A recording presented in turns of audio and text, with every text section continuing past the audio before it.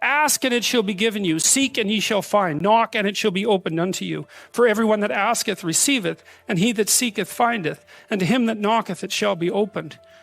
That sounds pretty optimistic. Again, I think it's a description of the structure of existential reality. And when I'm in my clinical practice and I observe, and this is also the case with my students, is let's say people's lives aren't what they would like them to be. And so then you ask, why? Well, forget about tragedy and catastrophe, because that's self-evident, and we're not going to discuss that. Although the degree to which you bring about your own tragedy is always indeterminate. But I would never say that every terrible thing that is visited on a person is something they deserved. I think that that's a very dangerous presupposition, especially because everyone gets sick and everyone dies. But one of the main reasons that people don't get what they want is because they don't actually figure out what it is. And the probability that you're going to get what would be good for you, let's say, which would even be better than what you want, right? Because, you might be wrong about what you want easily. But maybe you could get what would really be good for you. Well, why don't you? Well, because you don't try. You don't think, okay, here's what I would like if I could have it. And I don't mean in a way that you manipulate the world to force it to deliver you goods for status or something like that. That isn't what I mean. I mean something like, imagine that you were taking care of yourself like you were someone you actually cared for. And then you thought, okay, I'm caring for this person. I would like things to go as well for them as possible. What would their life have to be like in order for that to be the case? Well, people don't do that. They don't sit down and think, all right, let's figure it out. You've got a life. It's hard, obviously. It's like 3 years from now, you can have what you need. You got to be careful about it. You can't have everything. You can have what would be good for you, but you have to figure out what it is, and then you have to aim at it. Well, my experience with people has been if they figure out what it is that would be good for them, and then they aim at it, then they get it. It's a strange thing. It's not quite that simple because, you may formulate an idea about what would be good for you, and then you take 10 steps towards that, and you find out that your formulation was a bit off, and so you have to reformulate your goal. So you're kind of going like this as you move towards the goal. But a huge part of the reason that people fail is because they don't ever set up the criteria for success.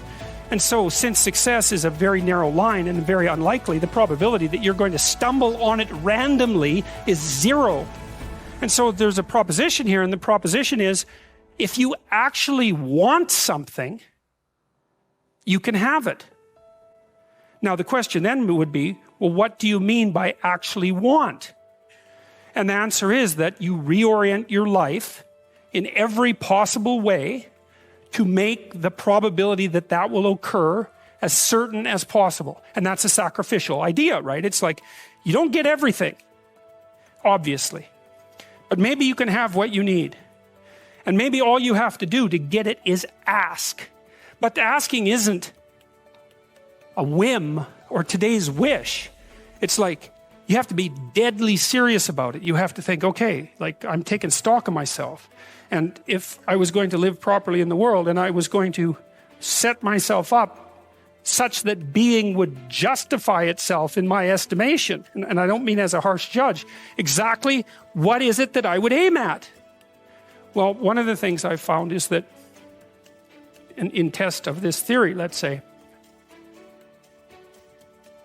sit on your bed one day and ask yourself, what remarkably stupid things am I doing on a regular basis to absolutely screw up my life? And if you actually ask that question, but you have to want to know the answer, right? Because that's actually what asking the question means. It doesn't mean just mouthing the words. It means you have to decide that you want to know. You'll figure that's out so fast it'll make your hair curl.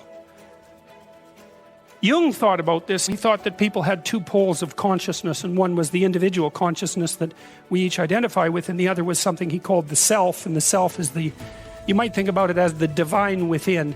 That's a close enough approximation. It's the universal part of your consciousness. It's your conscience. That's another way of thinking about it, whatever your conscience is. But it's something that you can consult. It's like the Socratic daemon. Socrates said, that the thing that made him different than everyone else in Greece was that he consulted his daemon, his genius. He asked himself how it was that he should conduct himself in the world, and then he did that, whatever it was. He didn't try to force a solution, he didn't try to force a solution selfishly. He asked, I'm going to manifest myself in the best possible manner in the world. I would like to do that. What would that be? Well, you're perfectly capable of thinking. You're perfectly capable of immense feats of imagination and dream and fantasies. God only knows how you do all of that. What would happen if you consulted yourself about the best possible outcome for you? You might get an answer. Well, that's what this proposition is.